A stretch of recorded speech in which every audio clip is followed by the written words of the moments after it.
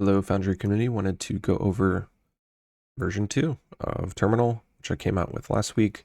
I've been slowly working at features every week, and have a major update for you guys.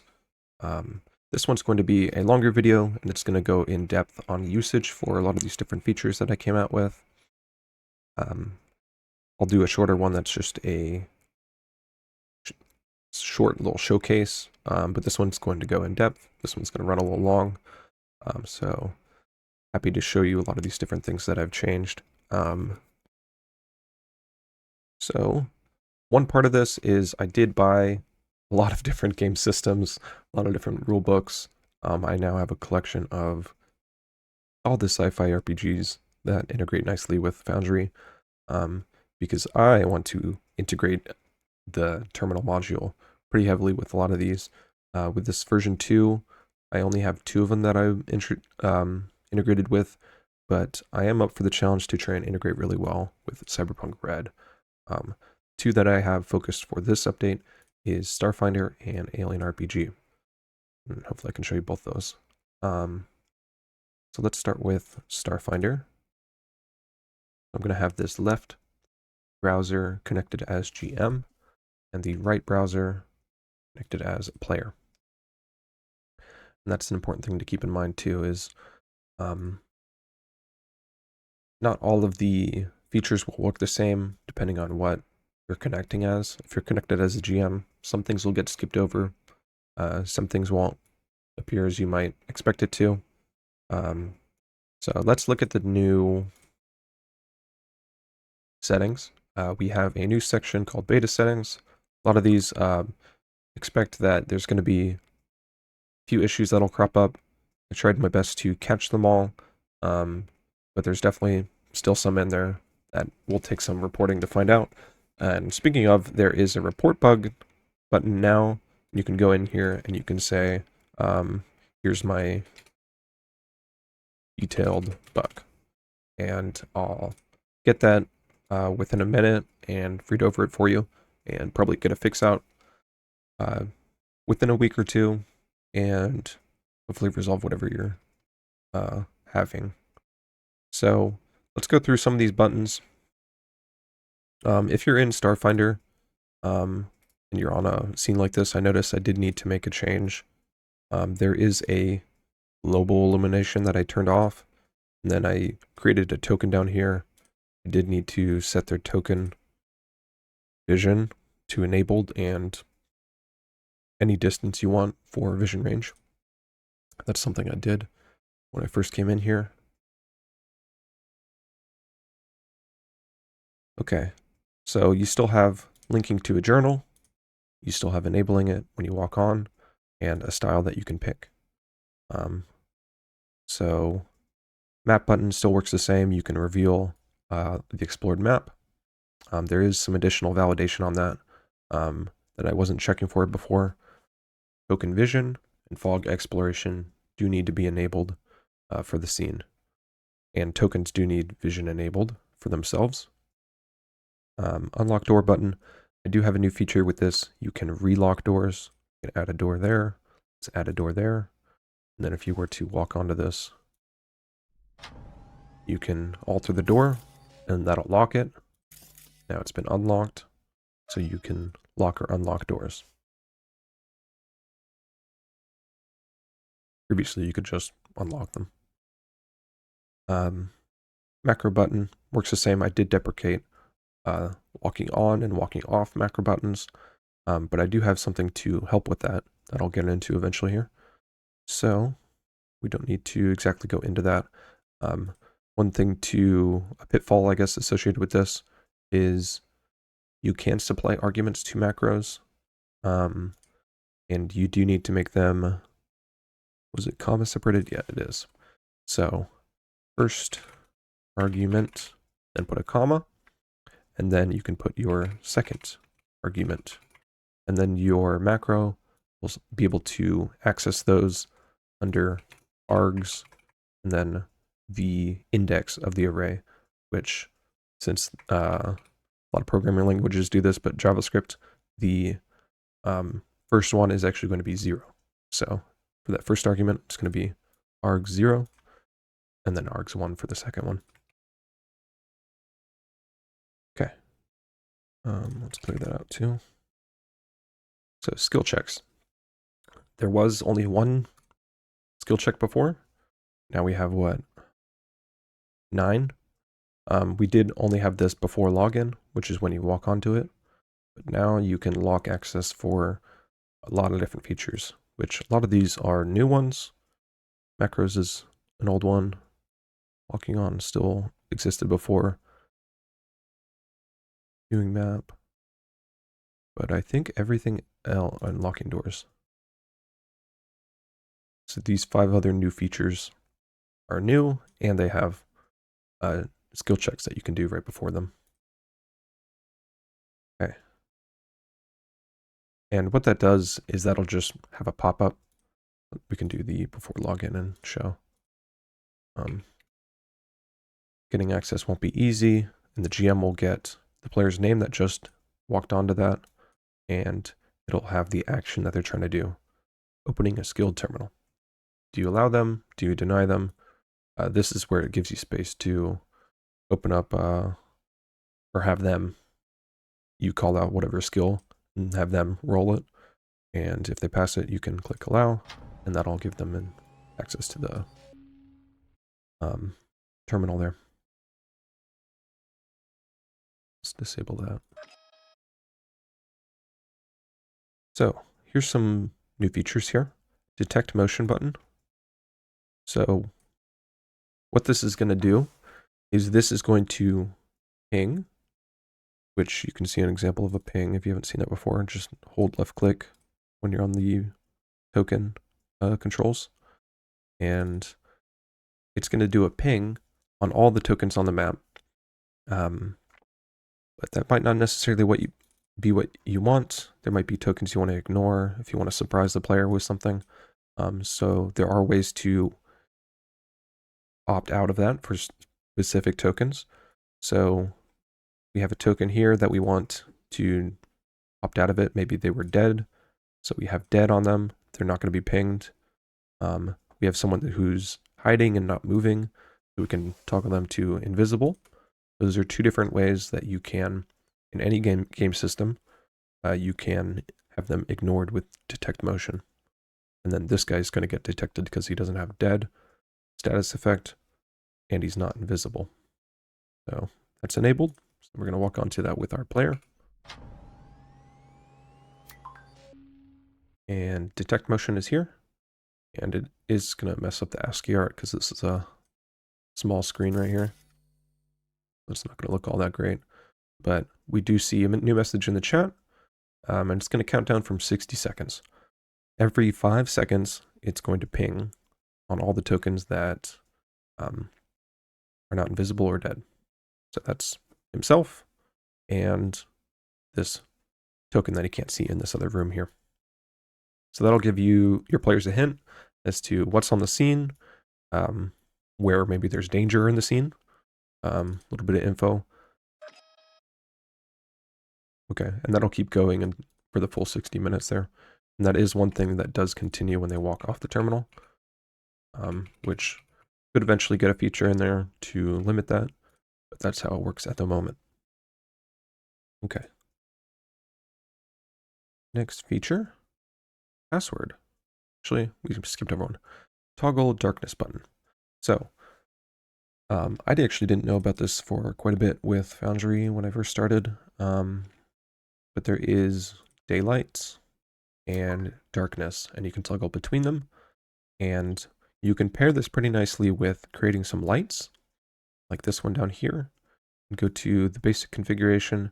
At the very bottom here, there is darkness activation range. So right now we're at darkness 0 because it's gray. But if we were to go to transition to darkness, it takes a few seconds, but we're now slowly increasing the darkness, and we'll get to that 90 to 100% range. Once we just passed 90 there, and we're probably at 100 now, and that enables that light. So you can do kind of cool emergency lights effects where you have them in the actual terminal. It's called toggle power. I need to actually enable it. Toggle power, and what that'll do is transition the darkness or to lightness. You can see that light is toggling. So you have a cool effect there.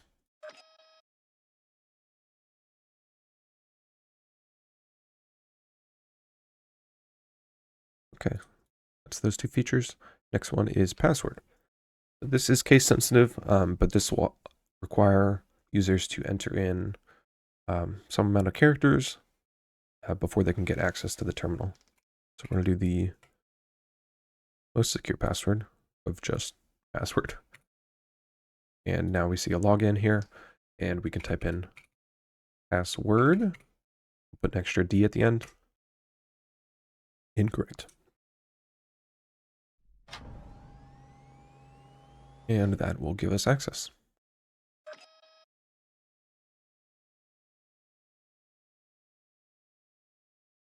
Let's clear that out. And another form of authentication is requiring an item. So it is a little different for every game system.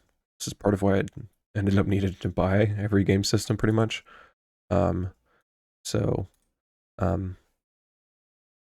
I might include a helper guide somewhere, maybe a wiki page on my GitHub.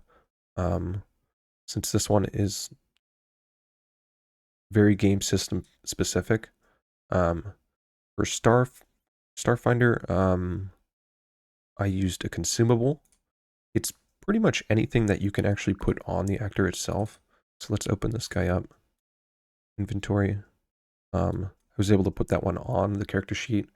If you're able to create an item and drag it on and it stays on, you visually see a new entry, then that works. So I was able to do that with a consumable, put it on the inventory, and it's there. If it sticks, then you're good. You can use that item. So let us acquire that item. So what this will do when you press this is it'll swap to the item tab, and it'll wait for your input. It says click on an item to use as a keycard. We have an item named keycard here. You can click on any part of this row, and it will now add that in there. So now that's a required item. So if you don't have that keycard, then you're not going to be able to get in. Let's quickly remove it. Show what you might see. Item required to gain access. This is one thing that the GM actually skips over. It is the case for a good amount of things. So if you walked on as a GM, it'll actually just skip over that check. Usually it lets you know. So let's give him that item and show that you can get on now. Authentication item accepted, and you're in.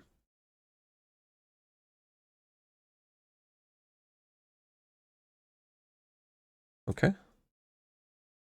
This one's interesting. Secure shell. There was someone on itch.io that commented saying they wanted to open another terminal. I think there was 2 people that kind of wanted to do this similar feature. So I've added this in. Let's create a separate terminal, maybe across the ship.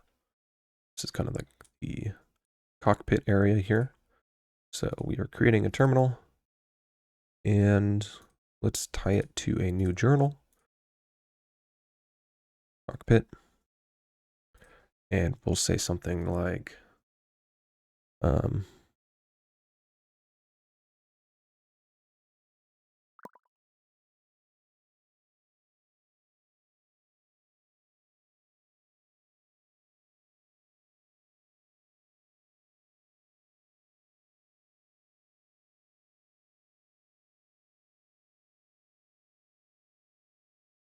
let's link that journal to this new terminal.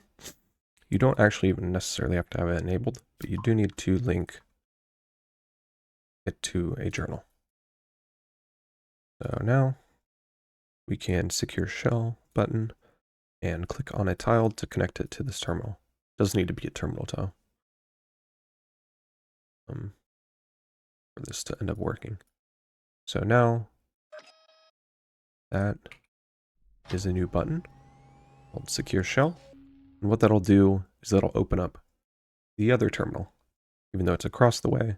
And this is to simulate doing SSH.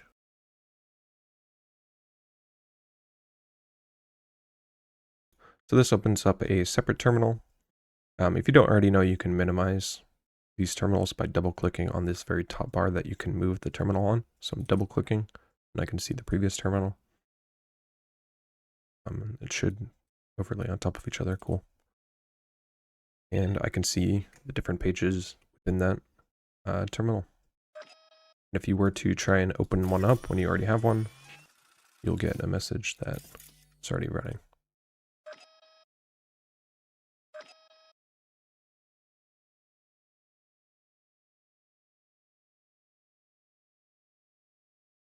Okay, next feature. And I think in theory you can chain those together as many as you want. That's kind of a ridiculous idea, but you could in theory maybe have 10 different terminals open. Observe tokens. So this is a little bit similar to detect motion, but a little bit enhanced in that it'll actually give them vision. So what you're going to want to do for this, it does have a set of instructions here. But essentially, you're going to create a actor. Doesn't necessarily have to be like I did initially implement this as controlling a camera, but you can do it for controlling maybe a turret. So we have a turret actor that we've created. And it is good to have them with vision enabled and vision range. Otherwise, terminal will complain at you that you didn't set that token up right. So we have that, and we're going to click on observe tokens, which will give us a chance to click on an actor, similar to what we did for the key card. We're going to click on the actor that we want to associate with it. And what that's going to do is that's going to give us observer once the person clicks on control X, X being the name of the actor. So we'll see control turret here.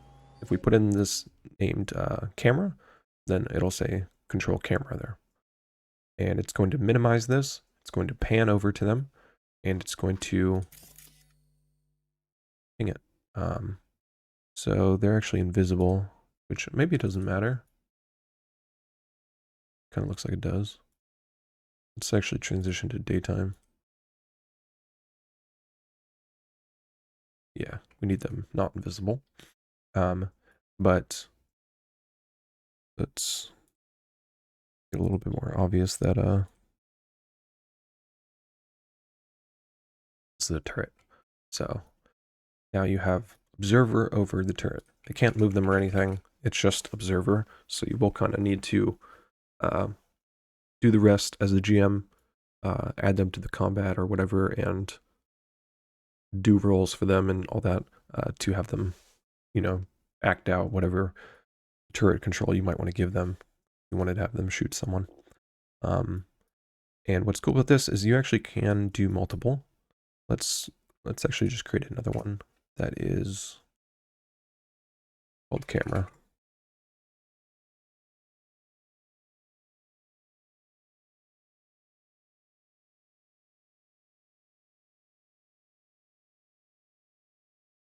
Oh. I will have to enable vision on each one of these. Some game systems have different defaults for tokens. I don't think they're all like this, but Starfinder by default does not provide vision to tokens. Okay, so we now have 4 different cameras in the scene. And let's open this back up and reassign it from a turret to camera. There we go. We'll see the button actually changed. Let's remove observer on turret. Sometimes you do need to select and deselect to remove the vision. If you're just changing the ownership manually here, there's not much that can be done about that. I do have another feature that I'll show right after this that helps you manage the permissions on these, since that can be a little bit annoying to I don't know, tell your players to just deselect and reselect to reset their vision like that. Control camera. So this has 4 different tokens. It's going to pan between them, show you each one of them, and there's 4 of them. Cool. And that ASCII is messed up because it's such a small terminal. Yeah, so this player is now observer. You look at the ownership. It's actually all players. So that isn't scoped to just that one player. And let's look at this next feature.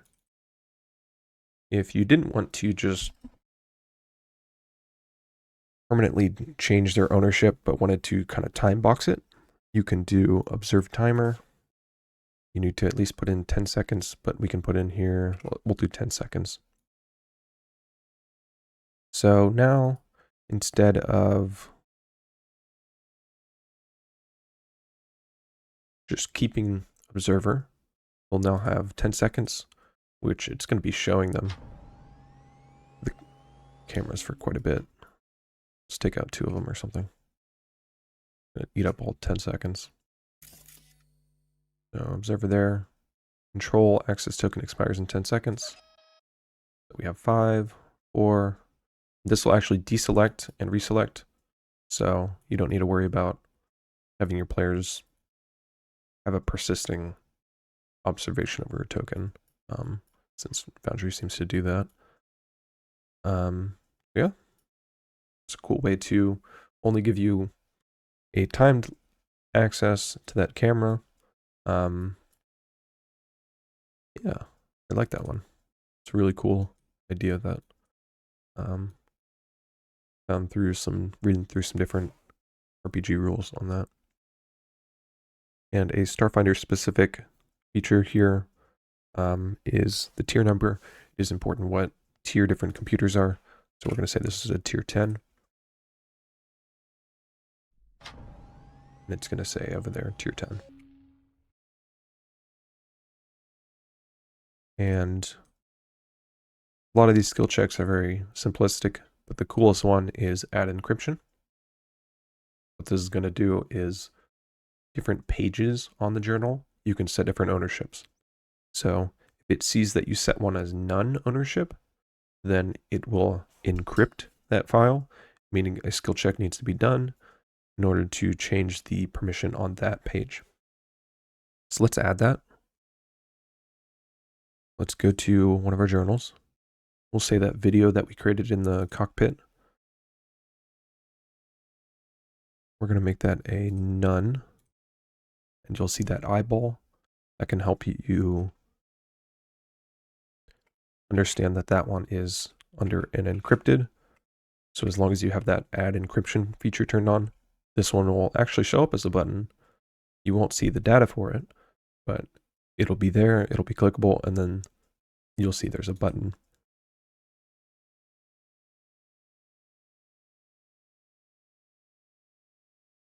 Unencrypted.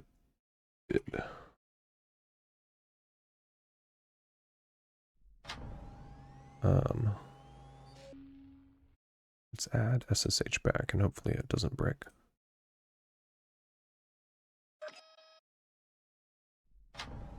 So this is one potential. Here, let's have it match exactly with what Starfinder suggests in their rules. You could have a tier 2 terminal. Oh, wrong field.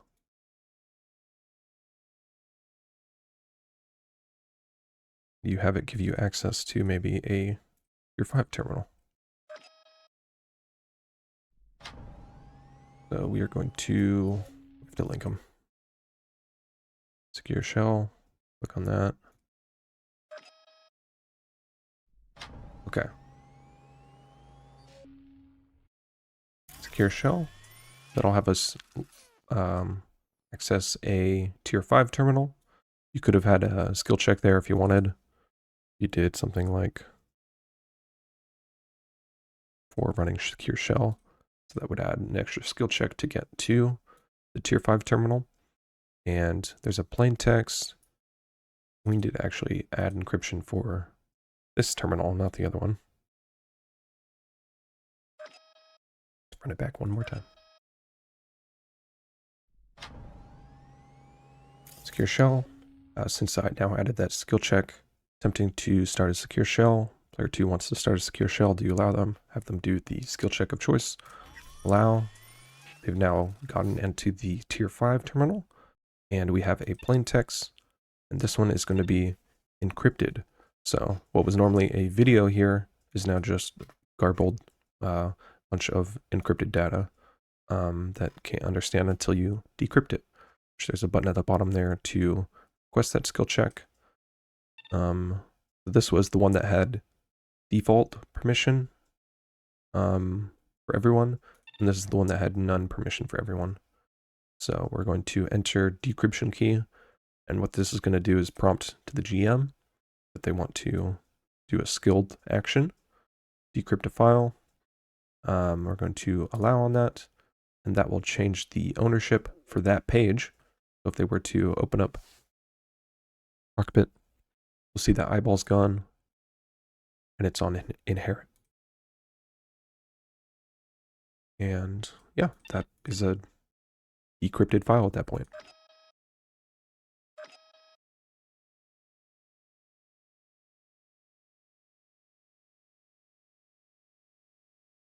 Okay. I do want to show off Alien RPG's recharge.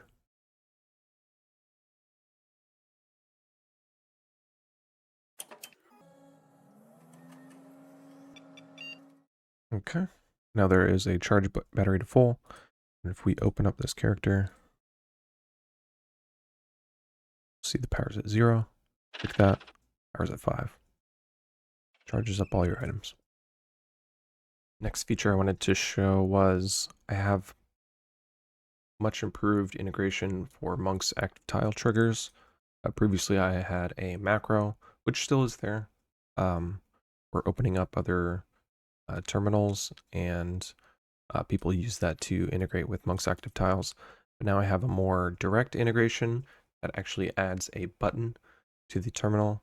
If you're familiar with Monk's active tiles triggers, I would say it's an essential module. It's fantastic. Some of these features are going to be moved into Foundry itself in version 12, but that's going to be a couple months, so this is still a fantastic module to get, and I'm sure they won't even cover everything that's in this module. So, brief description I'll read here. I want to teleport or open doors or hide characters or display a message or play a sound, change a token's elevation. When a token walks over a tile, now you can. Some people use this to connect scenes or connect different floors, levels. Could be used for just about everything you'd imagine. So I'm going to show how to run the actions that you'd specify with this. So yeah, check this out. Okay, here is how you can integrate with Monk's active tiles. So there'll be a new row down here, run triggers button. And if we hover over that, that'll give the one requirement for this, which is to remove the when equals enter setting. So if you go over to the triggers tab and setup, there will be a when enter. Go ahead and remove that and save that. And now at this point, you can add any of the actions you want in this section here. So just for demonstration purposes, I'm going to keep it pretty simple, but I'm going to do a chat message of hello. I'm just going to do the chat message. And then I'm also going to send notification, which is the blue message at the top that'll show up, the toast, if you know what that is.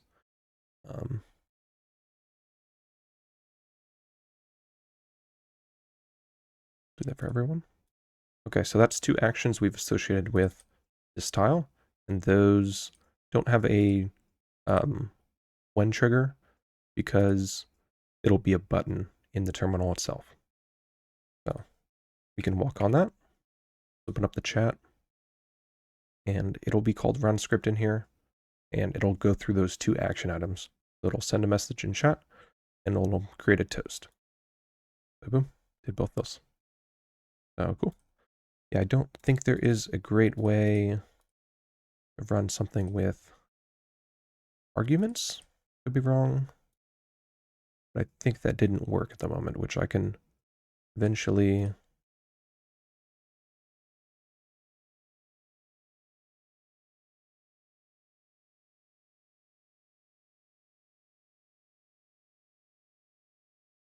try that out.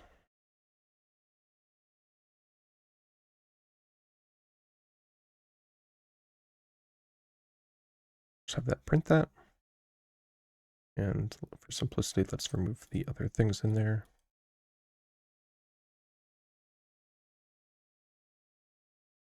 It did actually take the arguments, which is great. Okay, so I'm wrong on that. Yeah, seems like it just, everything integrates and works for Monk's active tiles. Great to see, because I love this module, and it seems like a lot of people in the community do as well. So happy to provide that for everyone. Yeah, I think I've now covered everything. If you haven't already, you can follow me. My account is here, codable.itch.io. If you want sci-fi maps, I did make something for hundreds of different sci-fi maps you can look through. And you can download as a module. They're walled, they have lighting, they're awesome.